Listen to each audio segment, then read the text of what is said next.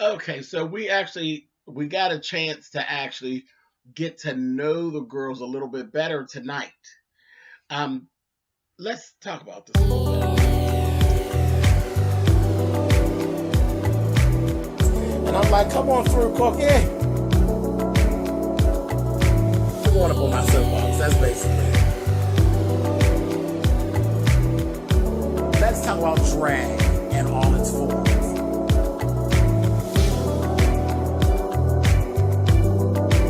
What, Cookie?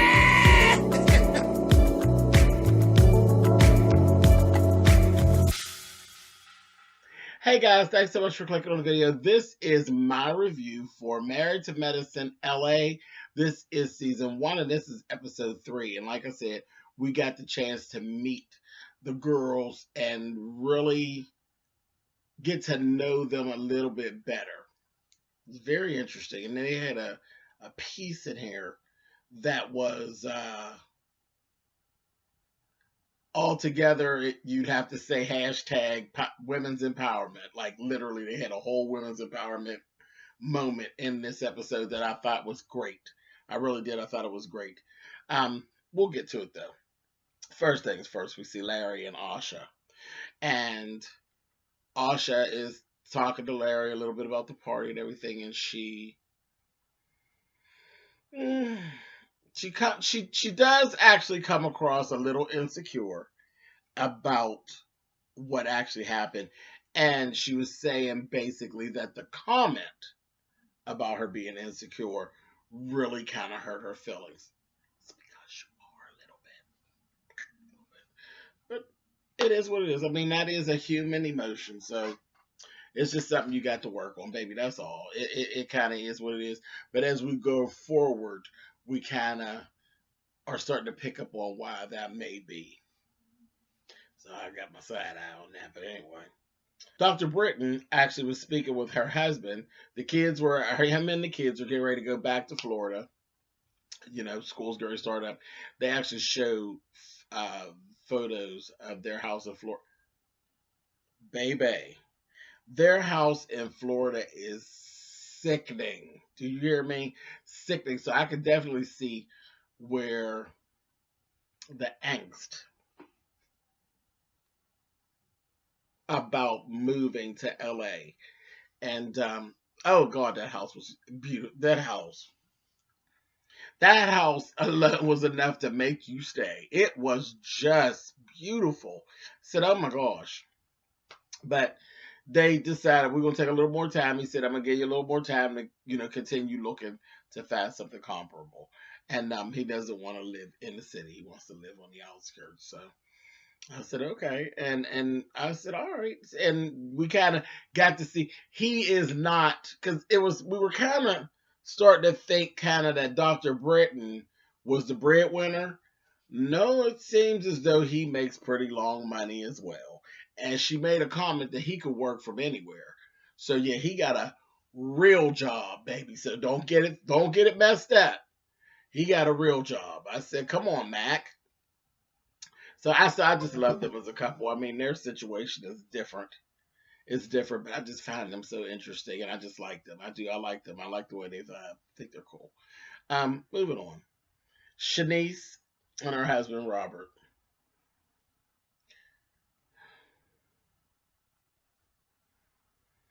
I don't know about her. I don't know about her. I don't know about her. But anyway, they were talking, um, and they get to talking about Larry's ex and the whole Asha situation. And Robert put it out there. Listen, she's my friend. She's my friend. The ex is my friend. She's been at everything. She's going to be at stuff. And that's it. There's really nothing to discuss. It is what it is. And then he put out there that no matter what anybody says, I remember when it was all going down, there was an overlap. There was an overlap where Larry was going between the two of them. I said, okay. So this is where the insecurity actually comes from. I get it. I get it. I said, sticky. Real sticky. Moving on. So next we see Dr. Noel and her client Lola. Now this woman was funny. This woman, she was interesting. She takes Xanax. Okay, she takes Xanax, and Dr. Noel was talking about the mixture of Western medicine and actual, natural remedies as well.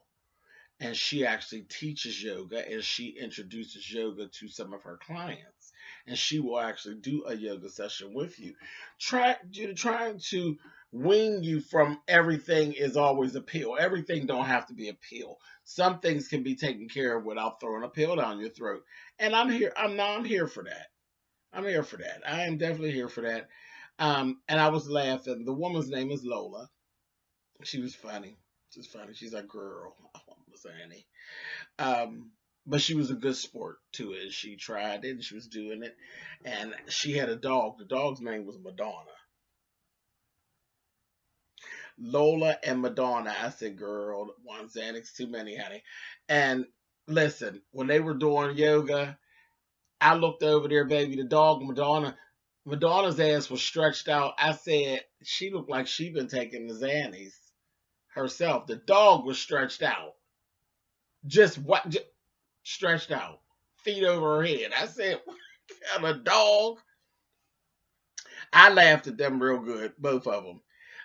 But it was very interesting, the things that she was actually saying, and she shared, that she had suffered like anxiety attack, and that's what actually got her started in doing yoga to get herself centered and that kind of thing. Real interesting. Then we go over to Dr. Imani's house. And y'all know I love Dr. Imani and her husband. They get over there. She's still talking about this thing about wanting to meet with her dad. And I got so bothered with this. So bothered with this. Her husband is reluctant but supportive. Okay. So she said, I'm going to do it. She goes ahead. It's bothered me so much. She went ahead and she texted her dad. And it was a real nice text. I know you're probably as busy with work as I am and everything, but I really want to meet up with you. He texted her back.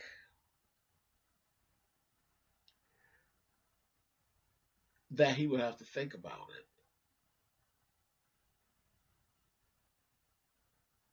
She actually hasn't seen her dad since she was 11 years old.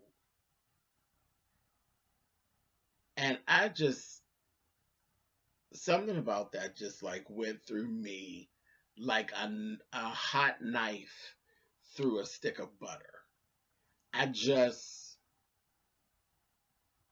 You have to think about it. And she was so good about it, and then it's on camera. She's like, okay, fair enough, all right. And I was like, wow. And that's just her, though. That's just like her, she has that stature and she gives you that warrior princess vibe. And she just took that shit. She took it on the chin and kept it moving. And I couldn't have done it. I would have definitely, the petty in me, the petty that is deep down in there, I could have did it. I would have literally, and I know I would have, baby, my phones would have been just going. I'd have texted him back, no, that's all right, player. Don't even worry about it. And we wouldn't have texted anymore. Because I ain't seen you since I was 11. I don't need to see you. I would have been done. And I know I would have, but that's how I get out. Not at all. Listen, I'm ready to go on my soapbox. How I got to me, my actual biological father, I actually hadn't seen since I was literally about 9 or 10 years old. And he never met my children. Nothing. None of that. None of that. I have sisters. I have 2 sisters. I have no relationship with them at all whatsoever. One's older than me and one's younger than me. No, no, nothing. And he has passed away. He literally passed away about a month before I finished my book, Boys Like Me, which is my memoir. I had to I reopened the manuscript to actually add it because I hadn't written anything about him. That was my focus as pertained to him. I didn't even write anything about him. I didn't even mention him in the book. And I literally wrote about the man who raised me and my godfather, who I'm actually named after. And for me, I felt as though I grew up, I was lucky because I actually had like like a stepfather, and then I had like my godfather was the bomb, you know what I mean? And I didn't miss anything. I don't feel like I missed anything. And he died, and I found out later, like I found out from somebody else. I found out in the street that he had actually passed away. And I reopened and I wrote in the book about him. But before that, I hadn't even mentioned him. Like, fuck you. You know what I mean? And that's how I felt about it. And it hasn't changed. I tell you, I have a hard time with forgiveness. Y'all know that. I tell y'all that all the time. I work on it. But my feelings toward my sperm donor is very much, it's a whole fuck you moment. It really is. So when that part came up, I was like, you better than me, girlfriend. You better than me. I just couldn't. I couldn't even fathom a text. I got to think about it. Psh. Anyway, all right, down off my soapbox, but boom, bam, and I'm back. Let's move on.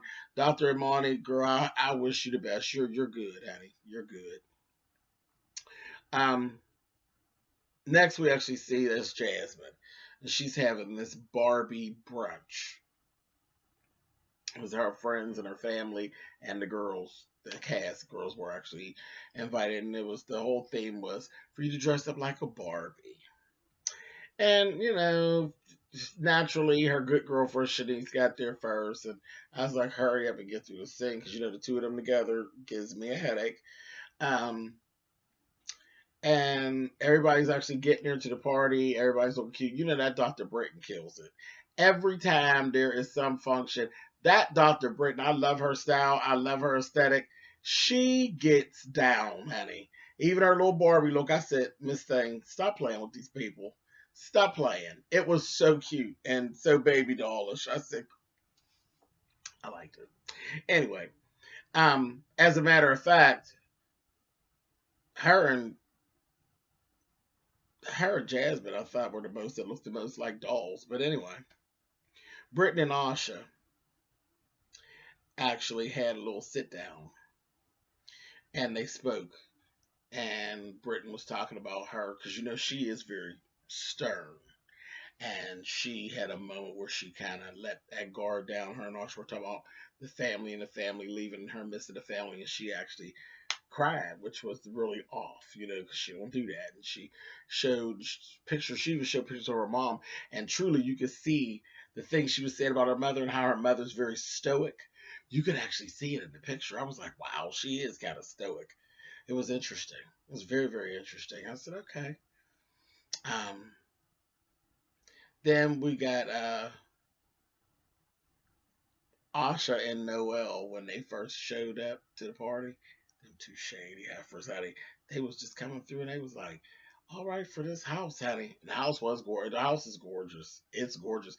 But they threw out there that they have never seen Jasmine's husband. I've never seen him. He's supposed to be a doctor, has his own practice. But they were like, he got to have another kind of hustle. He got to do something else with this house. This house is something. And it was a really good. They kept saying, we waiting to see if Diddy come rolling out from somewhere. I just kind of laughed. I said, I'm sure we're going to hear more about this at some point. Moving on. Then there was a moment at the table where they literally, everybody was down to eat. And Jasmine's mom was there and her sister and a bunch of other folks. They had this large conversation in detail about dolls, what dolls do to the psyche of little girls, um, the value of black women and their beauty in the real world, um, all of that. White beauty versus black beauty. And I mean, they went really, really in. They went all the way into the conversation with, literally unapologetic.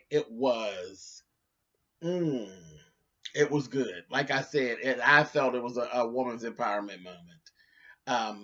Yeah, if I ever seen one, that was a good one. I said, this was good. This was really good.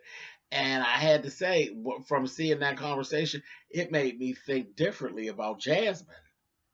I was like, wow, okay, Jasmine. And she told some of her story about growing up because she's part black, part Persian. I said, okay, that is interesting. That's because she does have an interesting look. I was wondering what her deal was. But yeah, part Persian, part black. And she has a sister that looks more on the African American side. And she said, I always wanted to look like my sister. She said, I felt like my sister was a Barbie doll to me. And here her sister has all the black girl stuff. I said, that is just the way of the world. Everybody at some point, I think, well, not everybody, but a lot of people, they want what they don't have. The girls with the straight hair want kinky hair. The girls with the kinky hair want straight hair. It's just you got to figure out where you fit in and what actually is beautiful about you. And that's like a mother's job, for the most part, is a mother's job to teach that. And sometimes the fathers have to actually do that. I mean, it's weird, but I actually had to do that, the black thing versus the white thing with my oldest son. Um, it was strange. I was like, because that's one thing I never thought I would have to go through having boys. I thought that wasn't anything, the image like that I would ever have to go through. But I did. I had to go through that with my oldest boy. And he's my complexion. He's my complexion. He always wanted to be light like his brother. And I'm like, you're not. You're not. And it ain't about looks because you all look exactly alike. One is just light and one is just dark. And I was like, child, you better get in. But I worked it, and it's okay. He don't have them issues no more. But yeah, it was interesting. That was interesting because that's something I never thought I'd have to do with my boys. I didn't have girls, so I didn't think I would have to go through that. But yeah, I did, baby. Sure did. Sure did. Anyway, moving on. But that was beautiful. I thought that was a beautiful moment. Later on, after that, we actually see a sit down between Britten, Imani, and Shanice. They go out to dinner. And we found out Imani's in love with like Teddy Pendergrass. I was like, really, Imani? Teddy Pendergrass? That old cootie? Too damn old for you, Imani. Sit down. But she's in love with she loved Teddy. I said, okay, girl. That was funny. And then they said at the table that Asha actually knew that the ex was actually going to be at the party. So that's when they were saying, well, wait a minute, Shanice. So we got to pull back and apologize because we were feeling some kind of way about you. But if Asha knew she was going to be there, what is her deal really? And I was like, yeah, what is her goddamn deal? So we have to see. There's going to be some more to that. I said, that's crazy. And it was just very interesting. And then Imani said, well, Jasmine's party. Can we talk about it, honey? That house looked like a drug dealer house.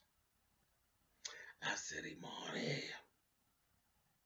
And I could tell from Shanice's her reaction, she gonna start some shit. She gonna start some shit about it. She gonna definitely repeat that. and I'll be here for it. That's basically where it ended. I like I like Married to Medicine LA. I like it. I don't feel like they're trying to emulate the Atlanta girls. They got their own groove and their own thing going on, and I am here for it. I like because at first me and my people, you all, we were putting them together and said, well, this one is like this and that one is like that, and this third episode, they got their own thing. They got their own thing going on, and it works. And it works. I'll see you guys back here next week. Later.